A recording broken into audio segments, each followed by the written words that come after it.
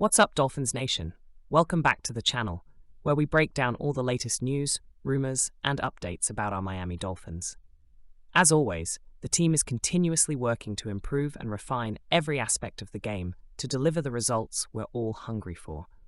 Before we dive into today's exclusive news, make sure to smash that like button and subscribe so you never miss out on all things Dolphins. Let's get into it. Alright, Dolphins fans, we've got some news to break down that's probably going to sting a little. For the second time this season, we've had another player poached from our practice squad, and once again, it's a defensive tackle. This time, Jonathan Harris is the one packing his bags as he heads over to join the Carolina Panthers. NFL Network's Ian Rappaport reported that Harris has signed to the Panthers' active roster, where he'll try to make an impact on what has arguably been one of the NFL's weakest defenses this season. The Panthers are coming off an embarrassing 40-7 loss to the Washington Commanders, and their defense is struggling, currently ranked 30th in total defense and dead last in run defense. It makes sense that Carolina would be looking for help on the defensive line, and unfortunately for us, they found that help in Jonathan Harris. But that's not the only familiar face over there. Harris will be joining former Dolphin Charles Harris, who signed with the Panthers earlier this season and already recorded 2 sacks, including one against Washington. This move feels like déjà vu, doesn't it? Just last month, Naquan Jones was taken from our practice squad by the Arizona Cardinals. Since then, Jones has settled in as a backup for the Cardinals, even managing to grab a sack in their Monday Night Football win over the Los Angeles Chargers. And here's the kicker. The Cardinals are our next opponent at Hard Rock Stadium. Just like Jones, Harris will be required to stay on the Panthers' active roster for at least 3 weeks, per NFL rules about signing players from another team's practice squad.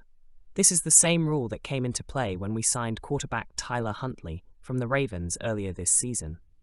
It's no secret that our defensive line has been hit hard with changes this season, especially after losing key players like Christian Wilkins and Raekwon Davis to free agency.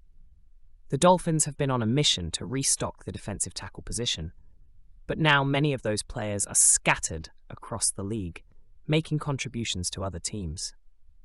If you've been keeping tabs on former Dolphins players, you've probably noticed that some of our past D linemen have been making noise elsewhere. Take Tua Tagovailoa, for example. We let him go during the 53-man roster cuts, and now he's a reserve player for the Chargers.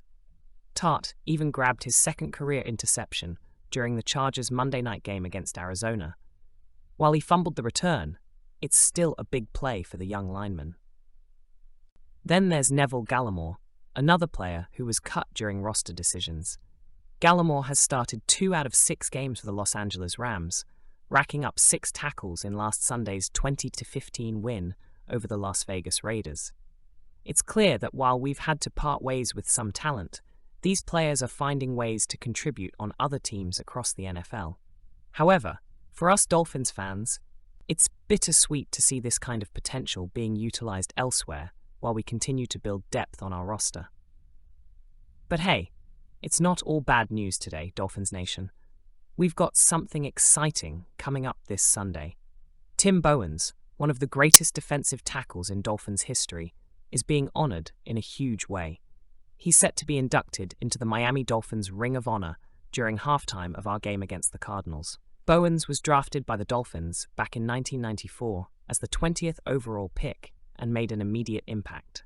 He was named the AP Defensive Rookie of the Year and spent his entire 11-year career in Miami. During his time here, Bowens recorded 414 tackles, 22 sacks, and forced 7 fumbles, and he didn't miss a single game until his 6th season. Talk about durability. Bowens was a 2-time Pro Bowler, and his consistency anchored our defensive line for over a decade. Now, he becomes the 24th player to join the Dolphins Ring of Honor, and he's the first member to be inducted in a decade. The last player to receive this prestigious honor was Manny Fernandez back in 2014. For all you newer Dolphins fans, let me give you a quick rundown on the Ring of Honor. It was established in 1990, with the first honoree being team founder Joe Robbie.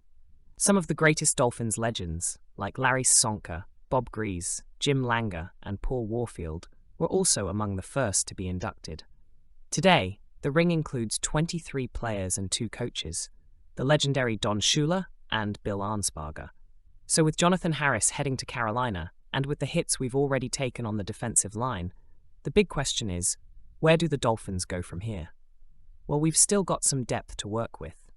New faces like Calais Campbell and Benito Jones are part of the active roster, as well as Deshaun Hand, who re-signed with us this season. But it's clear that the Dolphins need to keep a close eye on the defensive tackle position moving forward.